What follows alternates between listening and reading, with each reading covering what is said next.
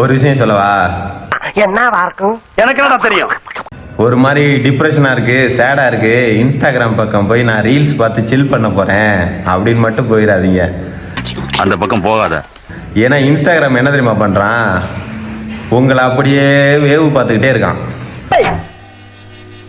ஓன்னா மட்டும் உன்னை விட்டுருவோமா? Come on charge.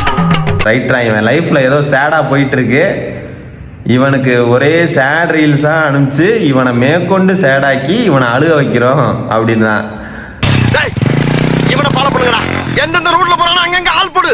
இன்ஸ்டாகிராமோட அல்காரிதம் பார்த்தீங்கன்னா நம்ம பார்க்கறத வச்சு மட்டும் இல்லை, நம்ம வாழ்க்கையில் என்ன நடக்குதுன்னு மற்றவங்கள விட இன்ஸ்டாகிராம்காரனுக்கு நல்லா தெரியுது. கரெக்டா சொன்னீங்க. அதுவும் ரீல்ஸ் பார்த்தீங்கன்னு வச்சுங்களேன், ஒவ்வொரு ரீல்ஸும் அப்படியே நமக்கு ரிலேட் ஆகுற மாதிரியே இருக்கும்.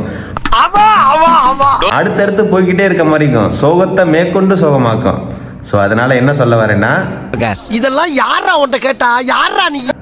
தயவு செய்து சேடா இருந்தீங்கன்னா மட்டும் இன்ஸ்டாகிராம் பக்கம் போயிடாதீங்க.